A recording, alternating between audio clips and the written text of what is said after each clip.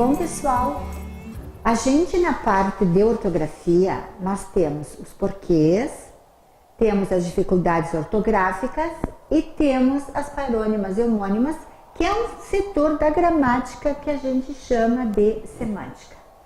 Hoje eu vou trabalhar com vocês nesta aula sobre as dificuldades ortográficas. A língua portuguesa é considerada uma das mais difíceis do mundo em função da sua formação.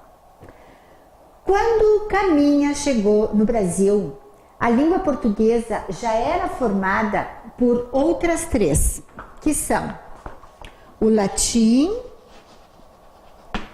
o grego e o árabe.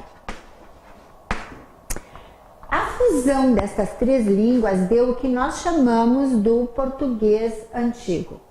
Latim, porque foram os romanos que colonizaram a Península Ibérica, onde hoje está Portugal e Espanha.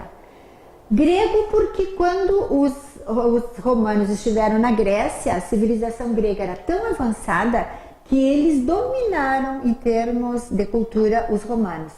E por último, árabe, porque os árabes estiveram por uns bons séculos na Península Ibérica. Então a gente tem quantidade de palavras árabes. Por exemplo, a grande maioria dos substantivos iniciados pela letra A são árabes. Algodão, açucena, açúcar, almofada e daí por diante. Então agora eu vou pedir para o Juan, que é o nosso cinegrafista, que dê um close nesse livro da Carta de Pero Vaz, onde eles transcreveram a escrita oficial da época. Olhem como o Caminha escreveu na época. Observem que nós temos palavras em italiano, em espanhol, em francês. Não tem pontuação, porque a pontuação é posterior a esta época. Existem umas barras. Juan, segue aqui, vem mais para o fim da página. Vocês vão ver que não tem números, é só algarismos romanos, porque era assim que se escrevia na época. É só título ilustrativo para vocês verem. Quando Caminha chegou aqui, qual era a função? Primeiro lugar, achar ouro para poder pagar o financiamento das grandes expedições marítimas. Como não encontraram, deixaram os degredados, depois alguns durante o século todo estiveram no Brasil. Só que, como não encontraram ouro, era proibido falar português no litoral brasileiro. Eles só falavam tupi-guarani, a língua indígena, para ver se por acaso alguém falava onde tinha ouro e eles conseguiam entender. Então, nós tivemos no português do Brasil, além das três formadoras, mais a língua indígena. Mandaram vir os africanos chegaram com a sua cultura e acrescentaram palavras, acrescentaram modos de ser, roupa, música aqui no Brasil.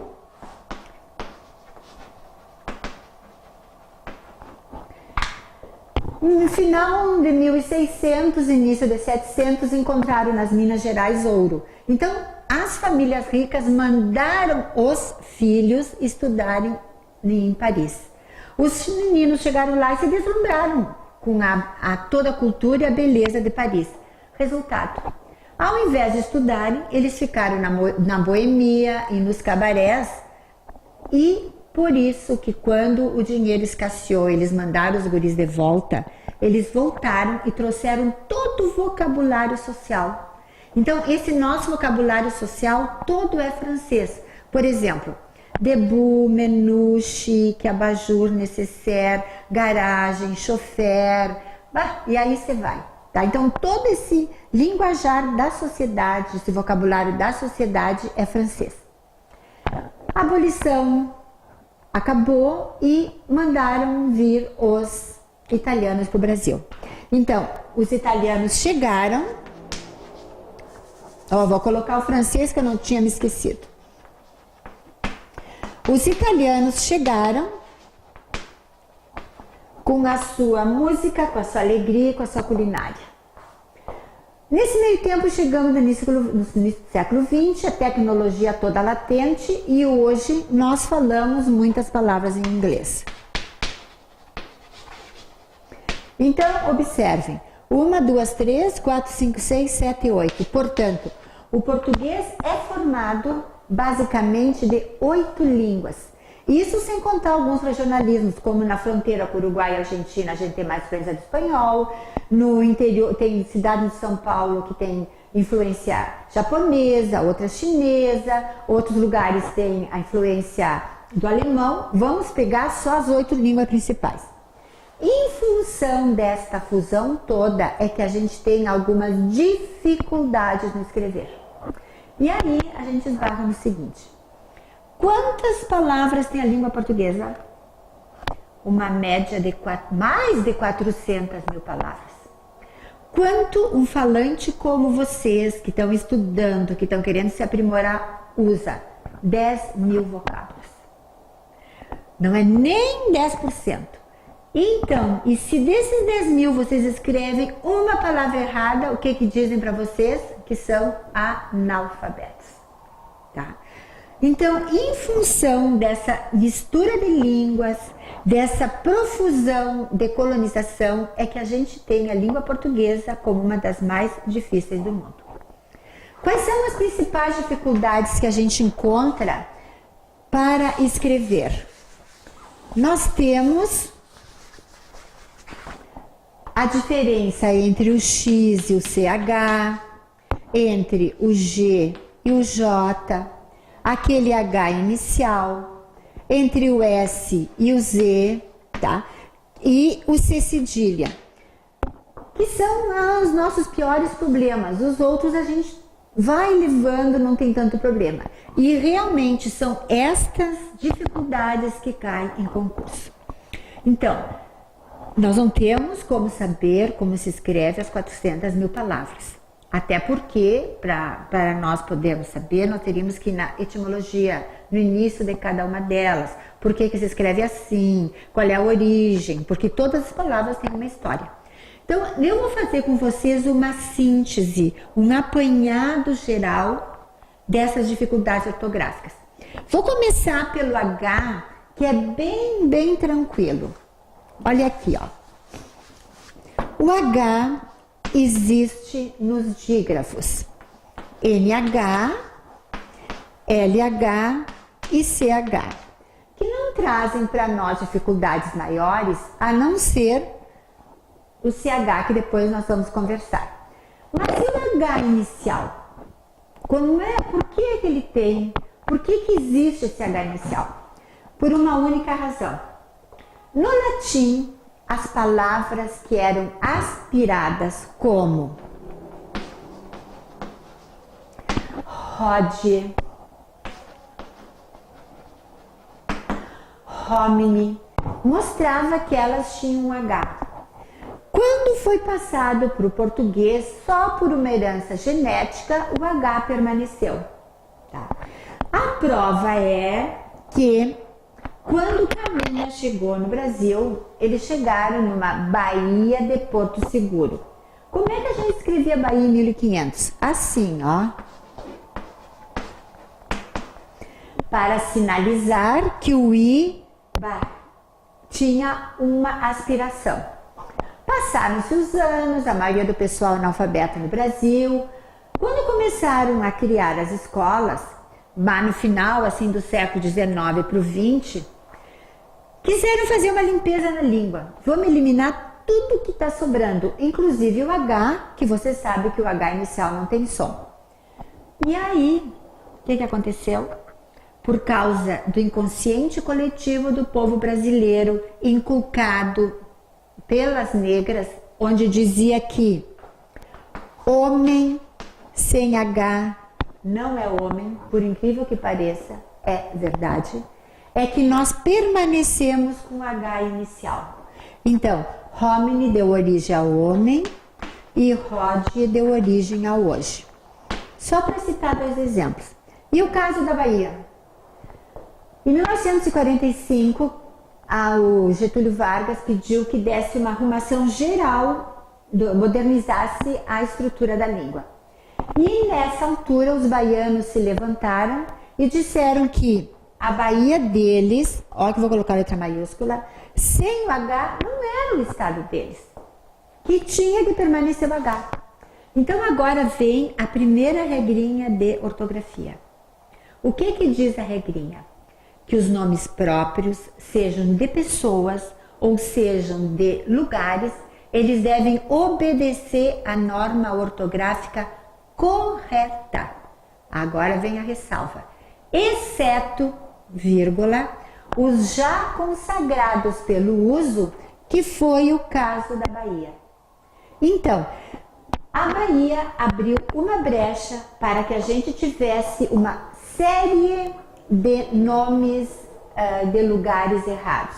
Por exemplo, Erechim deveria ter escrito com X, com CH, Chuí com X, Chapecó com X, Lages com J, Bagé deveria ser escrito com J e não com G. Então, em função da Bahia é que a gente tem estes errinhos dentro da língua portuguesa. São erros que não atrapalham em nada. Mesma coisa que o nome próprio de pessoas, ele deve obedecer à norma ortográfica correta. Mas suponhamos que um pai queira colocar o nome da sua menina assim, ó. Atrapalha alguma coisa a pronúncia, a visualização? Não. Então, esse tipo de construção pode ser feito desde que não seja ofensivo. Por que essa construção, em tese, não pode no português? Porque nós não temos a combinação TH em português. Com H, nós temos só estas três combinações. Então, esse H é uma maneira só ilustrativa para nós começarmos a aula. Vamos ver agora quando é que eu vou utilizar o X. Então, o X eu vou utilizar quando ele estiver, se ele tiver na frente dele a sílaba NE. Por exemplo, mexicano, mexerica, mexer e assim por diante. Aqui nós vamos ter uma exceção que é o verbo mexar. Então, no verbo mexar eu tenho mecha de algodão, mecha de cabelo, né? Vou mexar. E tenho também o substantivo mecha. Agora sim, a mecha de algodão, a mecha de cabelo. E também tenho a mexação. Mexação nada mais é do que uma planta purgativa. Tá? Então, estas palavras aqui são exceção dentro desta regrinha. Outro caso do X. Quando tiver na frente dele o EN, por exemplo, enxergar,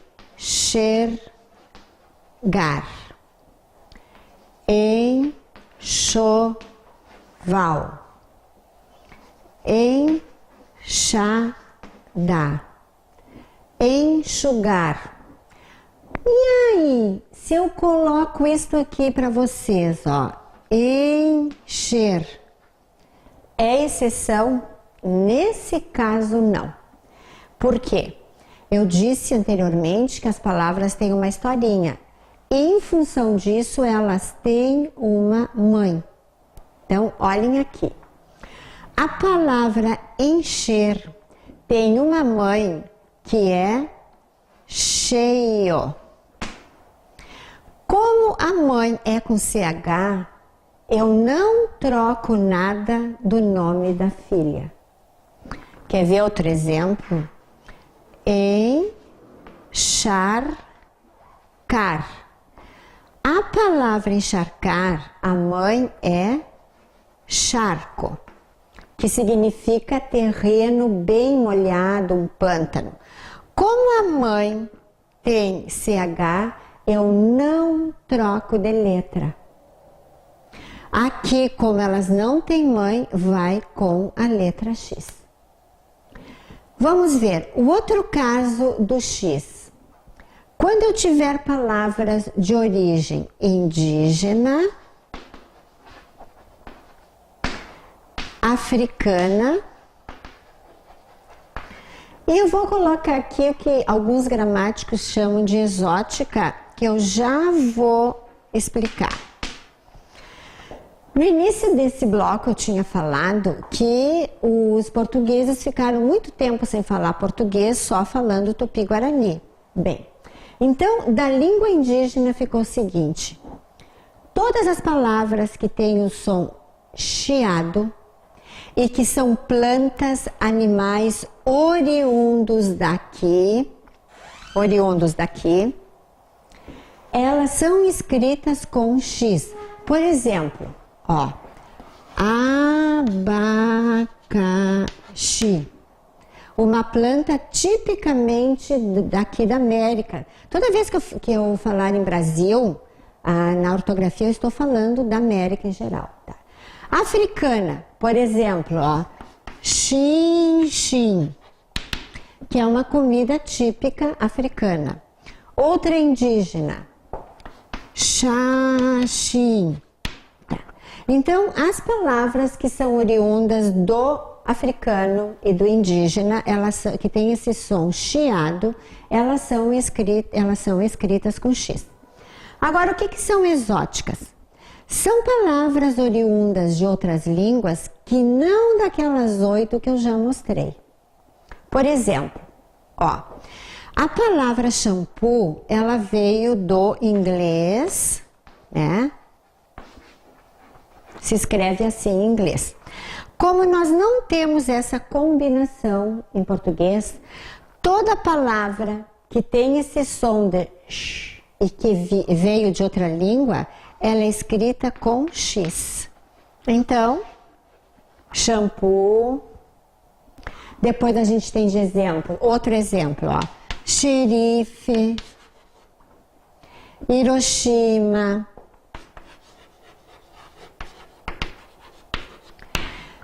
Logo, vocês têm aqui no quadro 3 tópicos do escrito com X.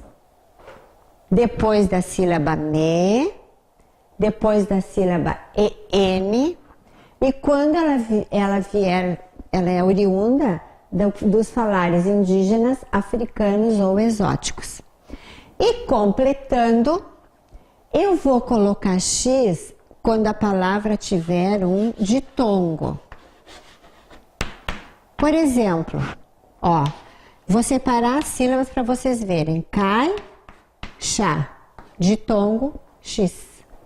Vamos ver outro? A, mei, chá, ditongo, X. Outro, peixe. Então, aqui no quadro, vocês têm os 4 itens do emprego do X. Depois a sílaba me, depois a sílaba en, palavras indígenas, africanas, exóticas e após um ditongo. Como em concurso a gente tem que ir pelos atalhos, o X nós vimos quais são as dificuldades e quando é que ele se apresenta. E o CH vou ser bem sucinta com vocês.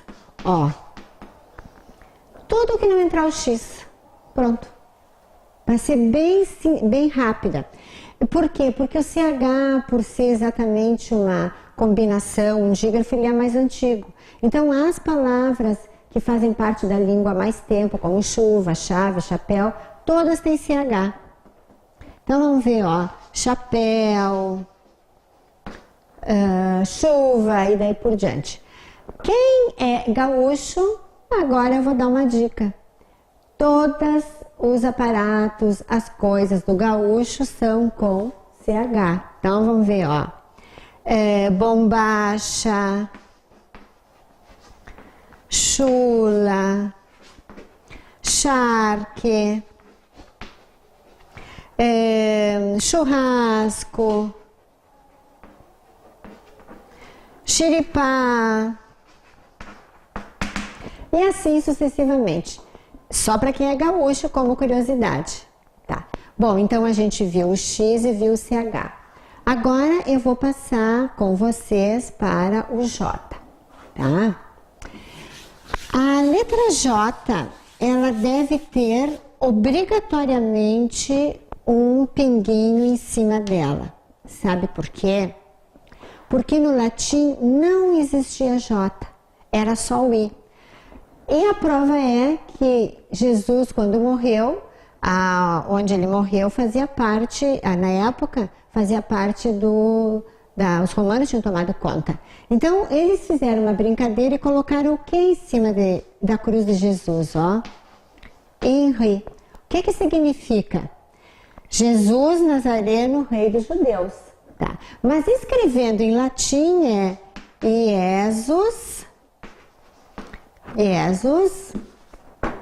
Nazarenus Rex e Odeoro. Tá? Então, explicando por que o J tem pinguinho. Porque no latim tinha o som, era a letra I, e que depois passou para nós como J. Quando é que eu vou utilizar o J? De novo, nas palavras que são oriundas das línguas indígenas, da língua africana e das línguas, de novo, exóticas. Ou seja, as línguas que não são dentro daquelas 8 nossas. Indígena, jiboia, jacaré, jaca, jabuticaba, jiló. Africana, a gente tem, por exemplo, feijão, a feijoada, acarajé. Exóticas, a gente tem jeca, cafajeste. Só para dar uns exemplos para vocês. Então, eu utilizo o J nas palavras que são oriundas do indígena, do africano e exótica. Outra coisa que a gente não pode se esquecer é que as palavras, que eu já falei que elas têm mãe, se a palavra tem a letra, ela continua com aquela letra. Então, por exemplo, eu vou colocar aqui a palavra majestade.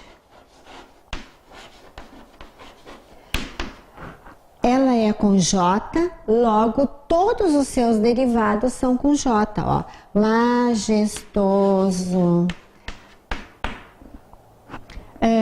Palavra jeito é com J. Então, jeitinho com J. Nunca se esquecendo que as palavras têm mãe e de acordo com a mãe elas têm a letra delas, aí não vão esquecer, tá?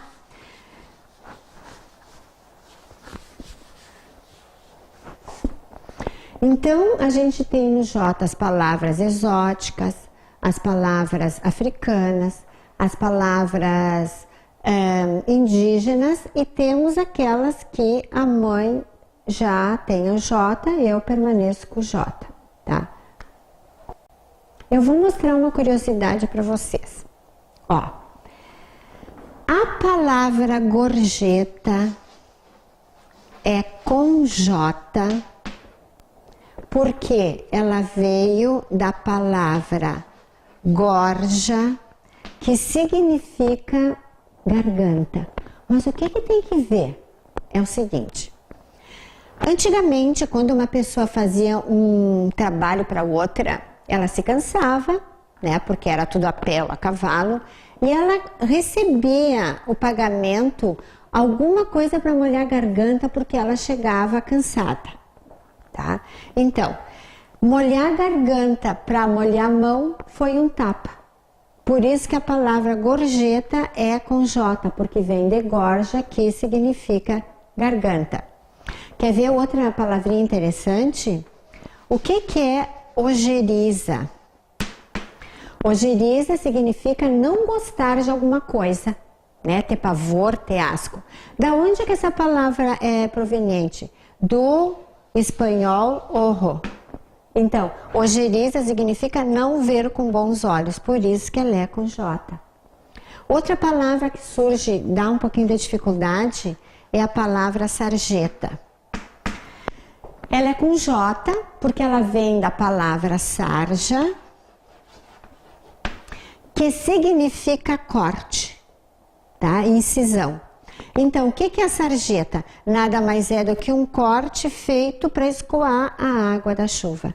Então, esse corte chamava-se sarja, português mais antigo, e deu origem à sarjeta.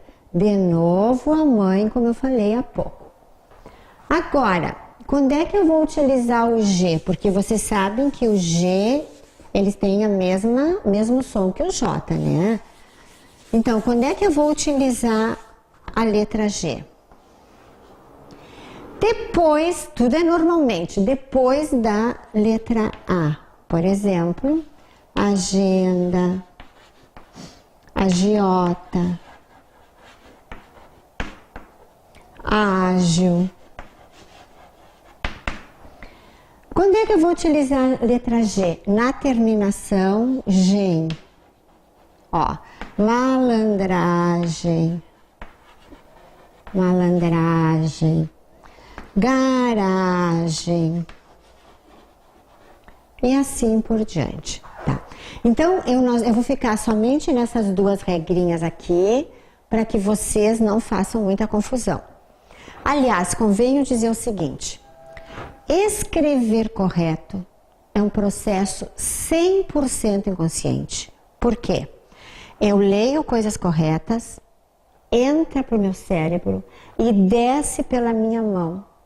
Quanto mais correto eu ler, mais correto eu vou escrever.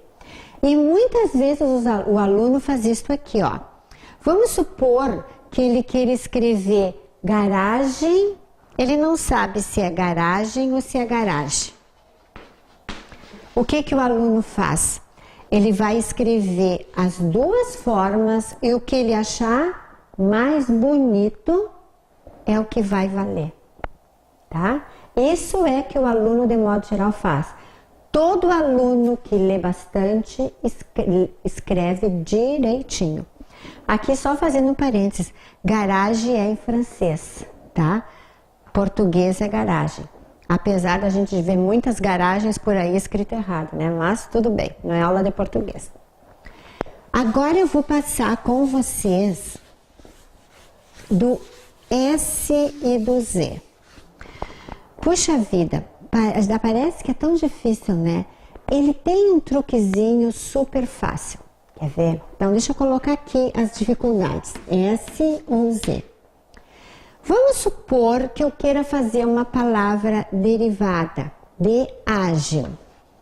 Vamos supor. Agora eu vou pegar café. Vou pegar japonês. E vou pegar adeus. Bom, agora vem o truquezinho. Prestem bem atenção para o atalho que eu vou dizer. Eu quero escrever o verbo agilizar. Eu tenho Z, S aqui no final, ou Z? Não, eu não tenho nada.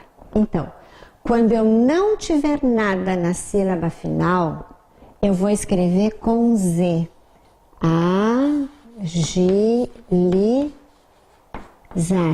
Exatamente porque não tem S. Café.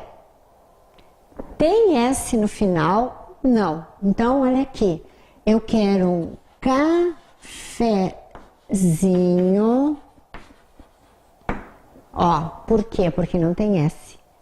E uma plantação de café chama-se cafezal.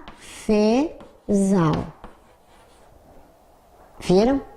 Agora, olha aqui japonês. Japonês eu tenho S no final. Então, vamos fazer um diminutivo? Japonesinho. Ó.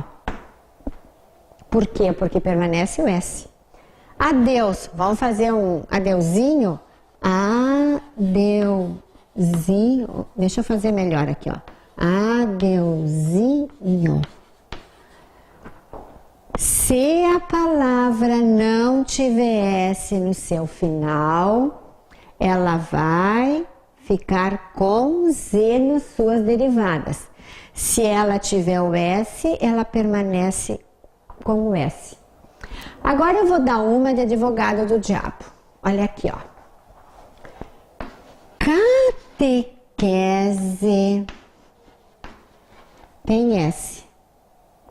Agora, por que catequizar é com Z? Opa! Não foge a regra? Não. Sabe por quê? Catequese é uma palavra nova, tá? Catequese é o lugar, normalmente uma aula onde eu vou aprender sobre os dogmas de uma religião. Antigamente, catequese, quem dava catequese se chamava de catequético. Ó, cadê o S final? Não tem, portanto, Z. Hoje a pessoa que trabalha a catequese é chamada de catequista. Então, por que catequizar é uma exceção? Não, é porque a origem dela veio de catequético, que na realidade não tinha S, então ficou com Z. E são com todas as palavras. Uma palavra que muitas vezes perguntam é esta aqui, ó. Qual é o diminutivo? Eu tenho duas formas de diminutivo, mesma coisa que colher, ó. Eu posso dizer florinha, posso dizer colherinha, como eu posso dizer também florzinha, ó. Não tem S, Z. Colherzinha. Não tem S, Z. Esta regra, ela é geral. Dá para todas as palavras da língua portuguesa se a gente quer fazer uma palavra derivada ou não. Tem S, de novo a mãe, permanece o S. Não tem S, troca pelo Z. Quer ver outro caso aqui, ó.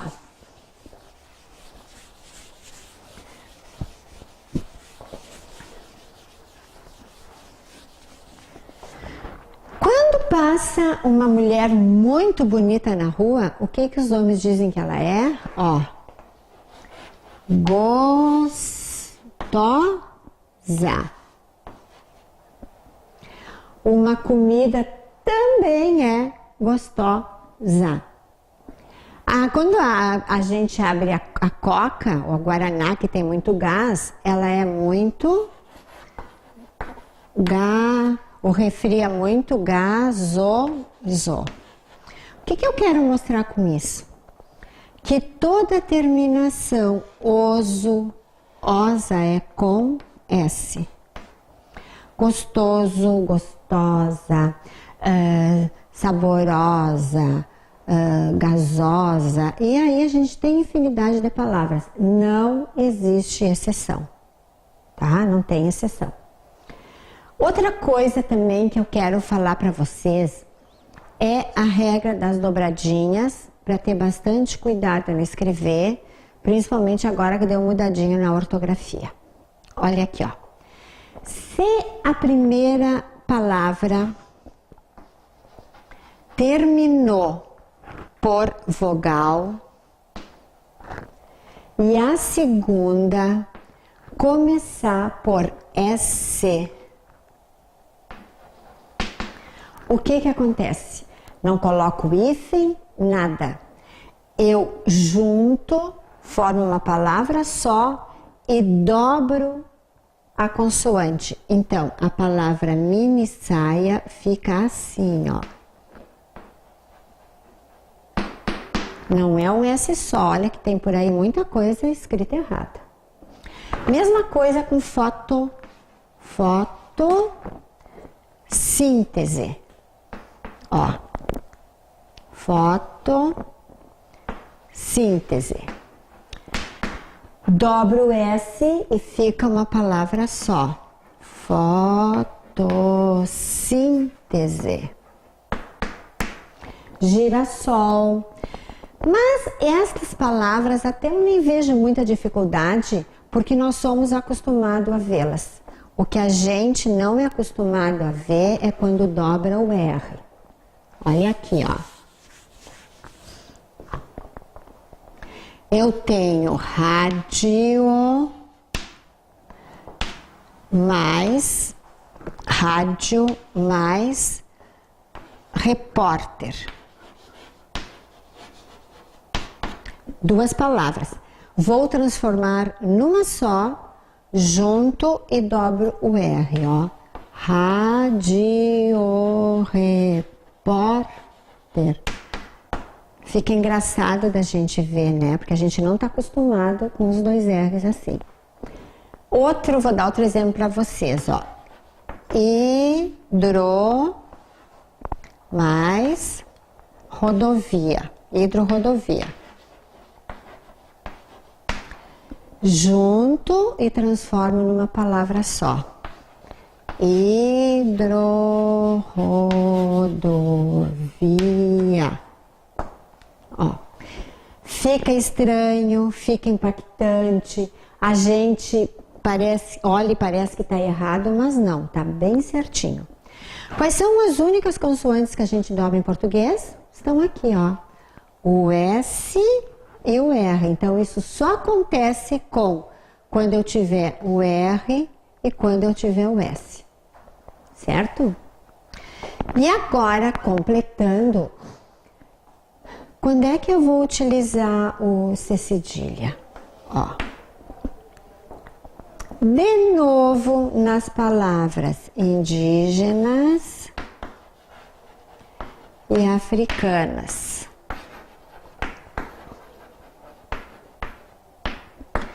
Até no indígena tem quantidade de palavras com cedilha, né? Jussara, Paraguaçu, Iguaçu, Assumirim. Então, todas as palavras que vieram do indígena e tem esse som elas são com C cedilha. Vou botar aqui no quadro Ba-Ba-Su. Agora vamos ver africanas. Eu tenho, por exemplo, Açu-de, Caçu-lá. São palavras, então, que vieram e ficaram com cedilha, homenageando as suas línguas de origem. Bom, pessoal, estas são as principais regras. Eu apenas vou finalizar dando para vocês as duas ovelhas negras que nós temos. O que é isso? É a regra que não obedece à mãe. Querem ver as ovelhas negras?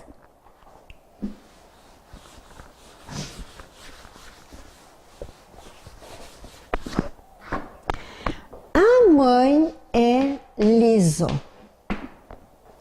Da mãe liso eu formo o verbo alisar e também formo o verbo deslizar.